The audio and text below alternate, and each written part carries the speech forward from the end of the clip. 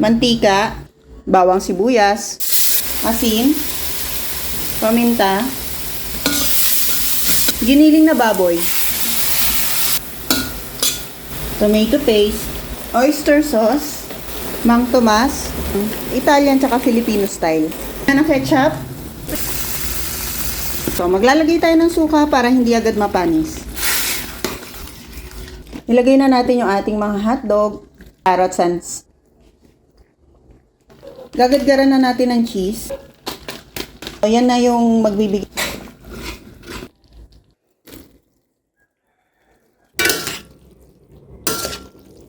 2 evaporated milk, 2 all-purpose cream, butter.